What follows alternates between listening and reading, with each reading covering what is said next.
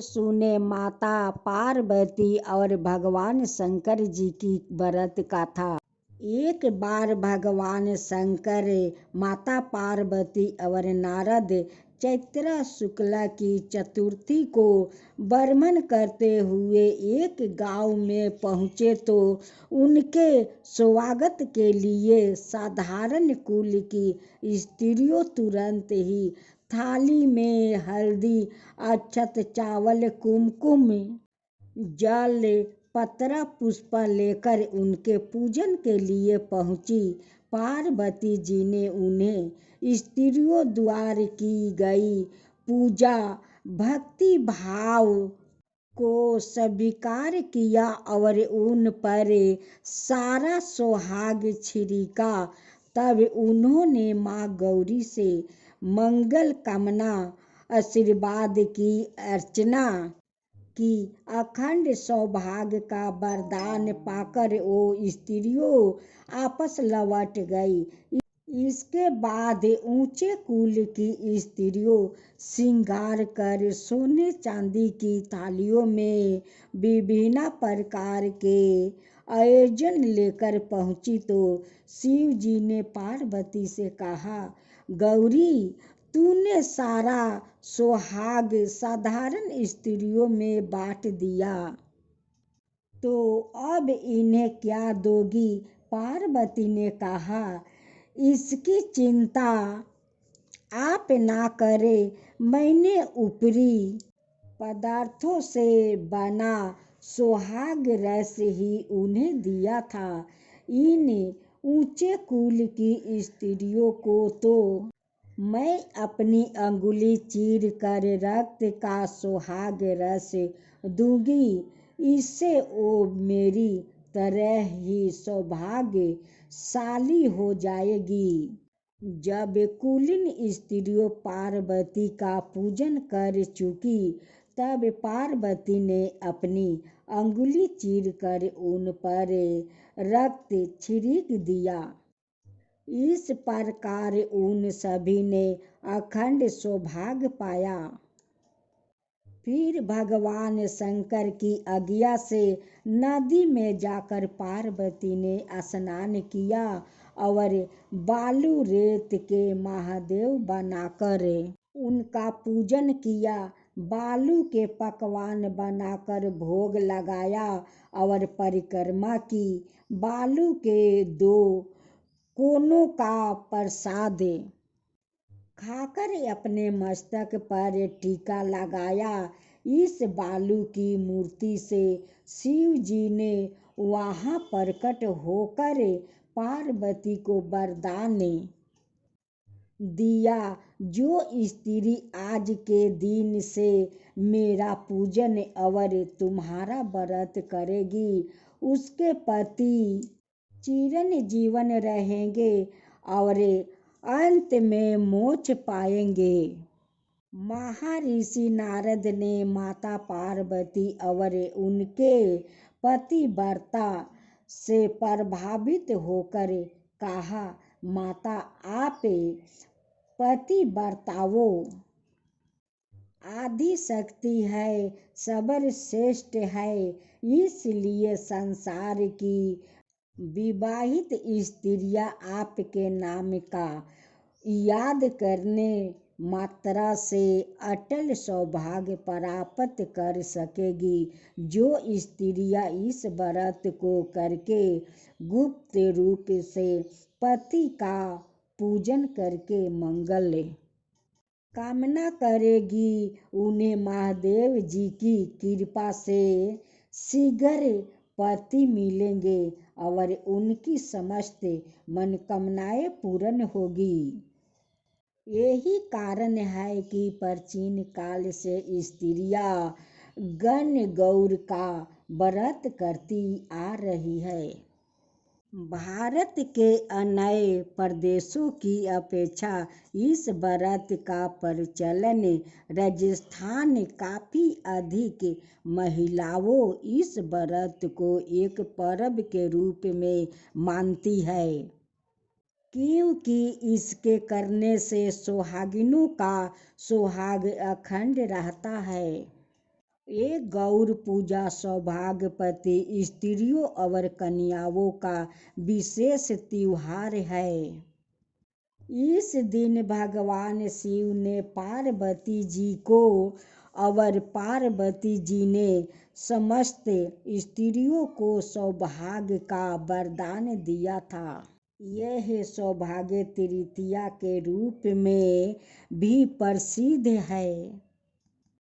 गण गौर का व्रत चैत्र शुक्ला प्रीतपद से आरंभ होकर तृतीया तक मनाया जाता है, परंतु आजकल अनेक स्थानों पर 3 दिन के बजाय अंतिम तिथि तृतीया को ही मनाने को रिवाज बन गया है।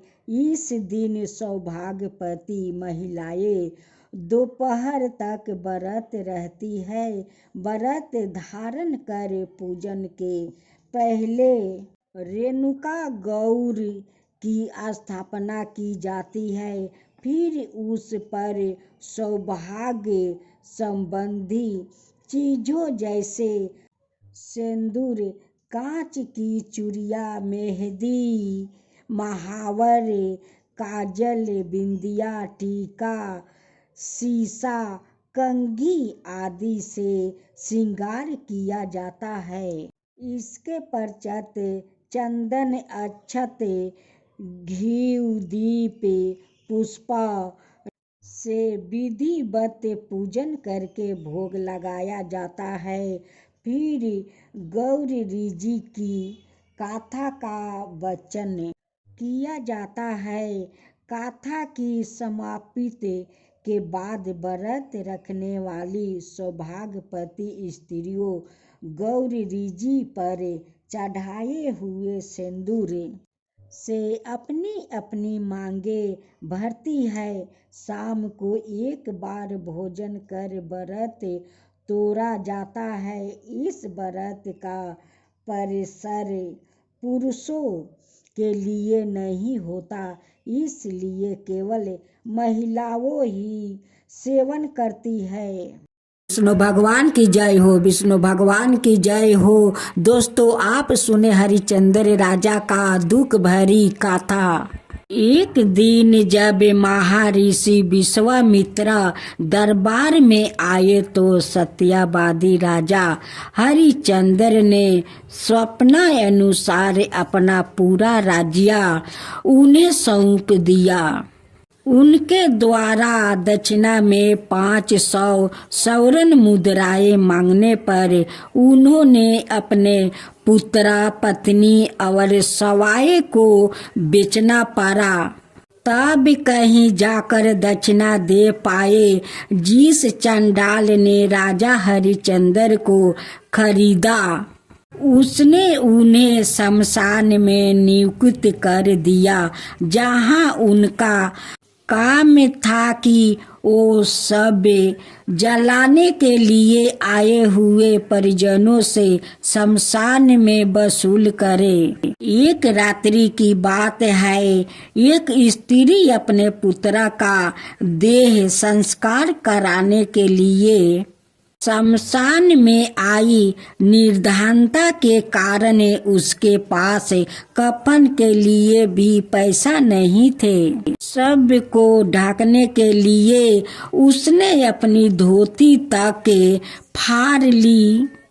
उसे भी राजा हरिश्चंद्र ने शमशान का कर्ज मांगा। एक तो पुत्र की मृत्यु का शोक, ऊपर से उसका अंतिम संस्कार ना कर पाने की विवशता के कारण सबकी दुर्दशा की चिंता से वो बेचारी बिलख बिलख कर रोने लगी। फिर भी सत्यवादी राजा ने उसे देह संस्कार करने की आज्ञा प्रदान नहीं की। इस बीच बरसात पानी के दौरान बिजली चमकने से उत्पन्न प्रकाश में राजा ने अपनी पत्नी तारामती और मृत्युक पुत्रा को देखा तो वह चौक पड़े। सत्यादि के दुख की पीड़ा से उनकी आंखें से आंसू निकल पड़े। पूछने पर पता चला कि पुत्रा को सांप ने काट लिया था। इस परीक्षा की घड़ी में अपने को संभालते हुए राजा ने कहा, जिस सत्या की रक्षा के लिए मैंने अपना राज्य त्यागा, सवाय को बेच डाला, उसी सत्या की रक्षा के लिए इस घड़ी में आदि मैं सत्या पर डांटा ना रहा तो कर्तव्य चूक हो जाएगा। अंत कर लिए बिना अंतिम में संस्कार की अनुमति नहीं दे पाएगा। तारामती ने संयम से काम लेकर अपनी आधी धोती को फाड़ कर के रूप में देने के लिए उसने जैसे ही राजा की बढ़ाया, तत्काल ही वहाँ श्री हरि प्रकट हो गए और बोले, राजा हरिश्चंद्र, तुम्हारी कर्तव्य निष्ठा धन्य है। तुमने सत्या को जीवन में धारण करके उत्तम आदर्श स्थापित किया है। अंत तुम इतिहास में सदा याद किया जाते रहोगे। फिर भगवान श्री हरि ने आशीर्वाद देते हुए उसका पुत्र रोहित तसब को पुनर्जीवित कर दिया। राजा को उसका पूरा राजपाट लौटा दिया। इस कथा के विशेष में ऐसा तथ्य भी मिलता है कि राजा हरिश्चंद्र को दुख से चिंतित देखकर गौतम ऋषि ने उन्हें भाद्रपद मास के कृष्णा पक्ष की एकादशी का व्रत विधि विधान अनुसार करने को कहा।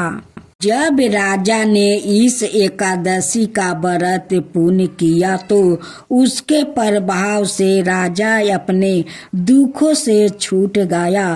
पत्नी और पुत्र के साथ उसका पुण्य मिलन हुआ, राज्य का प्राप्त हुए और वह सब पापों से मुक्त होकर अंत में स्वर्ग को गया। इस एकादशी के व्रत को विधि पूर्वक करने से समस्त कष्ट समाप्त हो जाते हैं और इच्छित फल की प्राप्ति होती है। व्याकृत को पुण्य जन्म के आवागमन से मुक्ति मिलती है, पुण्य जन्म की बाधाओं दूर होती है और अंत में परम धाम जाने का अवसर मिलता है। भगवान श्री कृष्ण ने कहा है कि इस व्रत को ताबिक मान कर विधि पूर्वक करने से प्राणी आवागमन के चक्रों से मुक्त हो जाते हैं। इस एकादशी के व्रत का फल अद्भुत है। श्री हरि विष्णु भगवान की पूजा करके इस व्रत का महत्म्य पढ़ने और सुनने से अश्वमेघ का यज्ञ का फल प्राप्त होता है। विष्णु भगवान की जय हो, विष्णु भगवान की जय हो, मैया लक्ष्मी की जय हो, मैया लक्ष्मी की जय हो, ईगारसी माता की जय हो, ईगारसी माता की जय हो। युधिष्ठिर कहने लगे कि हे भगवान, आपने हजारों जग और लाखों गौदान को भी एकादशी व्रत के बराबर नहीं बताया, सो यह तिथि सब तिथियों से उत्तम कैसे हुआ, बताइए। भगवान ने कहने लगे, हे युधिष्ठिर, सतयुग में मूर नाम का दैत्य उत्पन्न हुआ। वो 12 बलवान और भयानक था। उस पर चंड दैत्य ने इंद्र, आदित्य, वासु, बाहु, अग्नि आदि सभी देवताओं को पराजित करके भगा दिया। तब इंद्र सहित सभी देवताओं ने भयभीत होकर भगवान शिव से सारा पीड़ितज्ञ कहा और बोले, हे कैलाशपति, मूर दैत्य से भयभीत होकर सब देवताओं मृत्युक लोक में फिर रहे हैं। तब भगवान शिव ने कहा, हे देवताओं, तीनों लोकों के स्वामी, भक्तों के दुखों का नाश करने वाले भगवान विष्णु की शरण में जाओ। वही तुम्हारे दुखों को दूर कर सकते हैं। शिव जी के ऐसे वचन सुनकर सभी देवताओं क्षीर सागर में पहुँचे। वहाँ भगवान को स्नान करते देखा। हाथ जोड़कर उनकी स्तुति करने लगे कि हे देवताओं, द्वारा स्तुति करने योग्य प्रभु आपको बारंबार नमस्कार है। देवताओं की रक्षा करने वाले मधुसूदन आपको नमस्कार है। आप हमारी रक्षा करें। दैत्यों से भयभीत होकर हम सब आपकी शरण में आए हैं।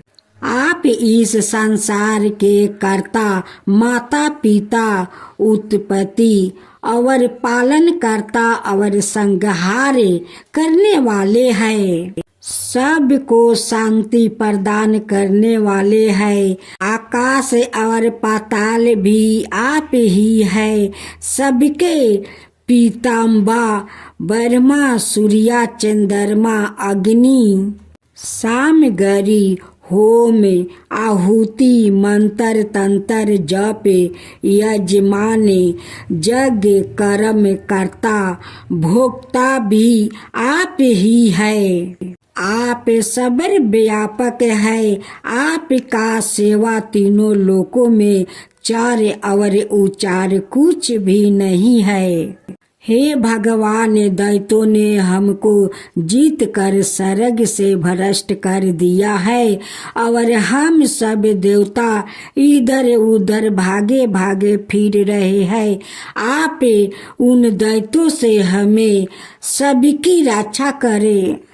इंद्र के ऐसा वचन सुनकर भगवान विष्णु कहने लगे कि हे इंद्र, ऐसा मायावी दैत्य कौन है जिसने सब देवताओं को जीत लिया है? उसका नाम क्या है? उसमें कितना बल है और किसके आश्रय में है? उसका स्थान कहाँ है? यह सब मुझसे कहो। भगवान के ऐसा वचन सुनकर इंद्र बोले, भगवान, प्राचीन समय में एक नारी जंग नामक राक्षस था। उसके महापराक्रमी और लोक विख्यात मूर नाम का एक पुत्र हुआ। उसकी चंद्रावती नाम की नगरी है। उसी ने सब देवताओं को स्वर्ग से निकाल कर वहाँ अपना अधिकार जमा लिया है। उसने इंद्र, अग्नि, वरुण, यम, बाहु, ईशा, चंद्रमा, नित्रित आदि सबके स्थान पर अधिकार कर लिया है। सूर्य बनकर सवाए ही प्रकाश करता है, सवाए ही मेघ बन बैठा है और सबसे अजय है। हे असुर निकंदन, उस दुष्ट को मार कर देवताओं को अजय बनाइए। यह वचन सुनकर भगवान ने कहा, हे देवताओं, मैं शीघ्र ही उसका संहार करूंगा। तुम चंद्रावती नगरी जाओ। इस प्रकार कहकर भगवान सहित सभी देवताओं ने चंद्रावती नगरी की ओर प्रस्थान किया। उस समय जब दैत्य मूर सेना सहित युद्ध भूमि में गरज रहा था, उसकी भयानक गरजना सुनकर सभी देवताओं भय के मारे चारों दिशाओं में भागने लगे। जब सवाए भगवान रणभूमि में आए तो दैत्य उन पर भी अस्त्र शस्त्र आयुध लेकर दौड़े। भगवान ने उन्हें सर्प के समान अपने बाणों से बींध डाला। बहुत से दैत्य मर गए, केवल मूर बचा। वो अभिचल भाव से भगवान के साथ युद्ध करता रहा। भगवान जो भी तीक्ष्ण बाण चलाते वो उसके लिए पुष्प सिद्ध हो जाते। उसका शरीर छीन भिन्न हो गया, किंतु वो लगातार युद्ध करता रहा। दोनों के बीच मल्लयुद्ध भी हुआ। 10,000 बरस तक उनका युद्ध चलता रहा, किंतु मूर नहीं हारा। थक कर भगवान बरदिका शर में चले गए। वहाँ हेमवाती नामक सुंदर गुफा थी। उसमें विश्राम करने के लिए भगवान उसके अंदर प्रवेश कर गए। यहाँ गुफा 12 योजन लंबी थी और उसका एक ही द्वार था। विष्णु भगवान वहाँ योग निद्रा की गोद में सो गए। मूर भी पीछे पीछे आ गया और भगवान को सोए देख कर मारने को उगत हुआ। तभी भगवान के शरीर से उजाला कांतिम रूप वाली देवी प्रकट हुई। देवी ने राक्षस मूर को ललकारा, युद्ध किया और उसे तत्काल मौत के घाट उतार दिया। श्री हरि जब योग निद्रा की गोद से उठे तो सब बातों को जानकर उस देवी से कहा कि आपका जन्म एकादशी के दिन हुआ है। अंत आप उत्पन्ना एकादशी के नाम से पूजित होगी। आपका भक्त वही होगे जो मेरे भक्त है। जय श्री हरि। संतोषी माता सनातन धर्म में एक देवी है जो भगवान शंकर देवी पार्वती की पुत्रा, उनके सबसे छोटे पुत्रा भगवान गणेश और गणेश जी की पत्नी रिद्धि सिद्धि की पुत्री कार्तिकेय, अशोक सुंदरी यापा, जयोति और मनसा की भतीजी और क्षेमा लाभ की बहन संतोषी की देवी है। इनका दिवस शुक्रवार मनाया गया है। इन्हें खीर गुड़ चने का प्रसाद चढ़ाया जाता है। शुक्रवार को संतोषी माता का दिन भी होता है। इस दिन माँ संतोषी के व्रत और पूजा का भी विधान होता है। माँ संतोषी को माँ दुर्गा के सबसे शांत और कोमल रूपों में से एक माना जाता है। ऐसी मान्यता है कि माता संतोषी का सच्चे मन से व्रत रखने और उनकी पूजा करने से सभी मनोकामनाएं पूरी होती है और भक्तों के सभी कष्ट दूर हो जाते हैं। लेकिन व्रत करने के पहले कुछ महत्वपूर्ण विधान है जिसका पालन किया बिना संतोषी माता का व्रत पूरा नहीं होता। इन नियमों का पालन करना बेहद जरूरी है। पौराणिक कथाओं के अनुसार माँ संतोषी के पिता भगवान गणेश और माता रिद्धि सिद्धि है और धन धनाय और रत्नों से भरा परिवार होने के कारण इन्हें देवी संतोषी कहा जाता है। धर्म शास्त्रों की माने तो शुक्रवार का दिन देवी लक्ष्मी के साथ ही माता संतोषी को भी समर्पित होता है, इसलिए इस दिन इनकी पूजा और व्रत को बेहद शुभ माना जाता है। संतोषी माता का व्रत 16 शुक्रवार तक करने से स्त्री पुरुष की सभी मनोकामनाएं पूरी होती है, परीक्षा में सफलता मिलती है, व्यवसाय में लाभ होता है और घर में सुख समृद्धि भी आती है। अविवाहित कन्या अगर संतोषी माता का व्रत करे तो माँ की कृपा से उन्हें सुंदर वर मिलता है। शुक्रवार को रखे जाने वाले माता संतोषी का व्रत शुक्ल पक्ष के प्रथम शुक्रवार से शुरू किया जाता है। सुख सौभाग्य की प्राप्ति के लिए माता संतोषी के 16 शुक्रवार तक व्रत किए जाने का विधान है।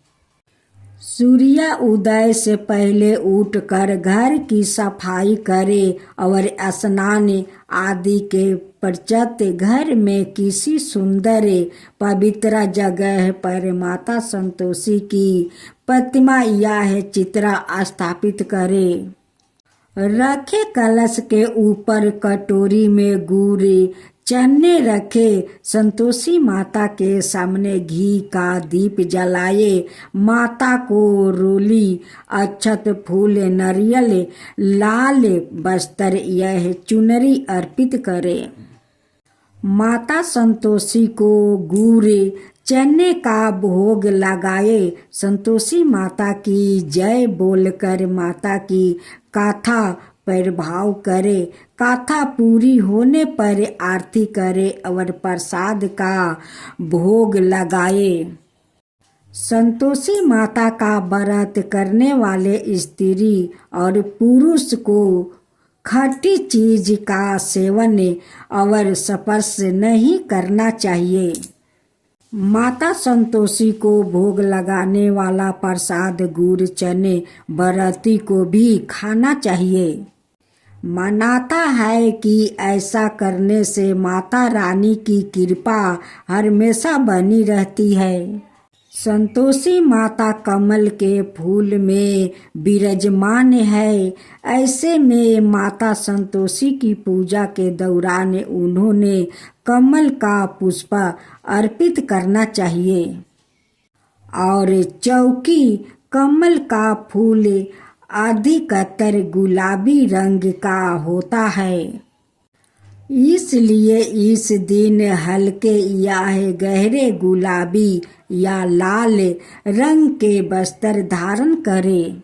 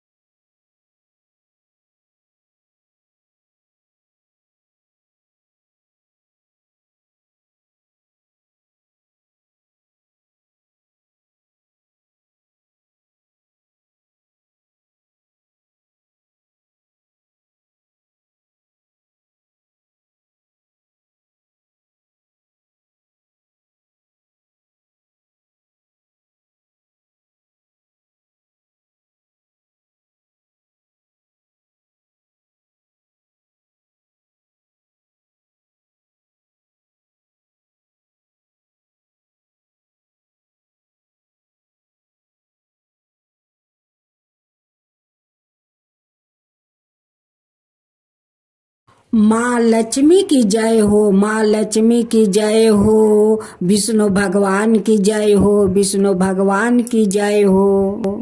तो दोस्तों, आप सुने माँ लक्ष्मी का व्रत कथा।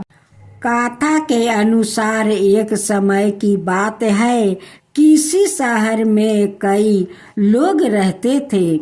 सभी अपने कामों में व्यस्त रहते, किसी को किसी से कोई मतलब नहीं रहा। भजन कीर्तन भक्ति भाव दया माया परोपकार जैसे संसारों का अभाव हो चुका है।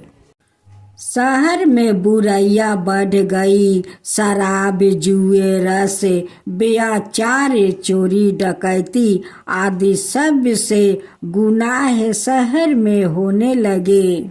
बावजूद इसके उस शहर में कुछ अच्छे लोग भी रहते। इसमें शीला नाम का स्त्री जो धार्मिक और प्रकृति और संतोष स्वभाव वाली रहा करती। उनका पति भी विवेक और सुशील स्वभाव का आदमी था। शीला और उसका पति कभी किसी की बुराई नहीं करते और भगवान का भजन करने में अच्छी तरह समय व्यतीत कर रहे हैं। शहर के लोग उनकी गृहस्थी की सराहना करते हैं। देखते ही देखते समय बदल गया। शीला के पति की अच्छी संगति बुरी में बदल गई। अब वो जल्द से जल्द करोड़पति बनने के ख्वाब देखने लगा, इसलिए वो गलत रास्ते पर चल पड़ा और पल रूप उसकी हालत भिखारी जैसे हो गई। शराब जुआ रस सरस गांजा आदि बुरी आदतों में शीला का पति भी फंस गया। दोस्तों के साथ उसे भी शराब की आदत लग गई। इस प्रकार उसने अपना सब कुछ जुए में गंवा दिया। शीला इस बात से बेहद चिंतित रहने लगी, लेकिन उसे भगवान पर भरोसा है। वो अपना अधिकांश समय प्रभु भक्ति में बिताने लगी। अचानक एक दिन दोपहर को उनके द्वार पर किसी ने दस्तक दी। शीला ने द्वार खोला तो देखा कि एक माँ जी खड़ी है। उसके चेहरे पर अलौकिक तेज दिखाई दे रहा है। उनकी आंखों में से मानो अमृत बह रहा है। उसका भाव चेहरा करुणा और प्यार से झलक रहा है। उसको देखते ही शीला के मन को शांति महसूस हुई और उसके रोम रोम में खड़ा हो उठा। शीला उस माँ जी को आदर के साथ घर ले आई। घर में बैठने के लिए कुछ भी नहीं है। तब शीला ने एक फटी हुई चादर पर उसको बैठाया। माँ जी बोली, क्या शीला मुझे पहचाना नहीं? हर शुक्रवार को लक्ष्मी जी की मंदिर में भजन कीर्तन के समय मैं भी वहाँ आती हूँ। इसके बावजूद शीला कुछ समझ नहीं पा रही। फिर माँ जी बोली, तुम बहुत दिनों से मंदिर नहीं आई, इसलिए मैं तुम्हें देखने चली आई। माँ जी के प्रेम भरे शब्दों से शीला का हृदय पिघल गया। उसकी आंखों में आंसू आ गए और वो बिलख बिलख कर रोने लगी। माँ जी ने कहा, बेटी, सुख और दुख तो धूप और जैसे होते हैं। धैर्य राखो बेटी, मुझे तेरी सारी परेशानी बता। माँ जी के व्यवहार से शीला को काफी संबल मिला और सुख की आशा में उसने माँ जी को अपनी सारी कहानी कह सुनाई। माँ जी के व्यवहार से शीला को काफी शगुन मिला और उसने माँ जी को अपनी सारी कहानी सुनाई। शीला के पूछने पर माँ जी ने उसे व्रत की सारी विधि भी बताई। माँ जी ने कहा, बेटी, माँ लक्ष्मी जी का व्रत बहुत सरल है। उसे वरद लक्ष्मी व्रत या वैभव लक्ष्मी व्रत कहा जाता है। व्रत करने वाले की सब मनोकामनाएं पूर्ण होती है, सुख संपत्ति और आस प्राप्त करता है। शीला सुनकर आनंदित हो गई। शीला ने संकल्प करके आंखें खोली तो सामने कोई नहीं है। वो सोच में पड़ गई कि माँ जी कहाँ गई। शीला को तत्काल समझते देर नहीं लगी कि माँ जी और कोई नहीं, वो साक्षात लक्ष्मी जी ही है। दूसरे दिन शुक्रवार सुबह स्नान करके स्वच्छ कपड़े पहनकर शीला ने माँ जी द्वारे बताई विधि से पूरे मन से व्रत किया। आखिरी में प्रसाद वितरण हुआ। प्रसाद पहले पति को खिलाया। प्रसाद खाते ही पति के स्वभाव में फर्क पड़ गया। उस दिन उसने शीला को मारा नहीं, सताया भी नहीं। शीला को बहुत आनंद हुआ। उनके मन में वैभव लक्ष्मी व्रत के लिए श्रद्धा बढ़ गई। शीला ने पूर्ण श्रद्धा भक्ति से शुक्रवार तक वैभव लक्ष्मी व्रत किया। शुक्रवार को माँ जी के कहे मुताबिक उद्यापन विधि करके 7 स्त्रियों को वैभव लक्ष्मी व्रत की 7 पुस्तक उपहार में दी। फिर माता जी के धन लक्ष्मी स्वरूप की छवि को बंधन करके भाव से मन ही मन प्रार्थना करने लगी। हे माँ धन लक्ष्मी, मैंने आपका वैभव लक्ष्मी व्रत करने की मन्नत मांगी है। वो व्रत आज मैंने पूर्ण किया है। हे माँ, मेरी हर विपत्ति दूर करो, हमारा सबका कल्याण करो। जिसे संतान ना हो उसे संतान देना। सौभाग्यपति स्त्री का सौभाग्य अखंड रखना।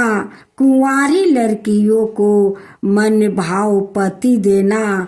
जो आपका यह चमत्कारी वैभव लक्ष्मी व्रत करे उनकी सब विपत्ति दूर करना, सभी को सुख करना। हे माँ, आपकी महिमा अपरंपार है। ऐसे उन्हें प्रणाम किया। व्रत के प्रभाव से शीला का पति अच्छा आदमी बन गया और कड़ी मेहनत कर व्यवसाय करने लगा। उसने तुरंत शीला के गिरवी रखे गहने चुरा लिया। घर में धन की वृद्धि हुई। घर में पहले जैसी सुख शांति छा गई। वैभव लक्ष्मी व्रत का प्रभाव देखकर मोहल्लों की दूसरी स्त्रियां भी विधि पूर्वक वैभव लक्ष्मी का व्रत करने लगी।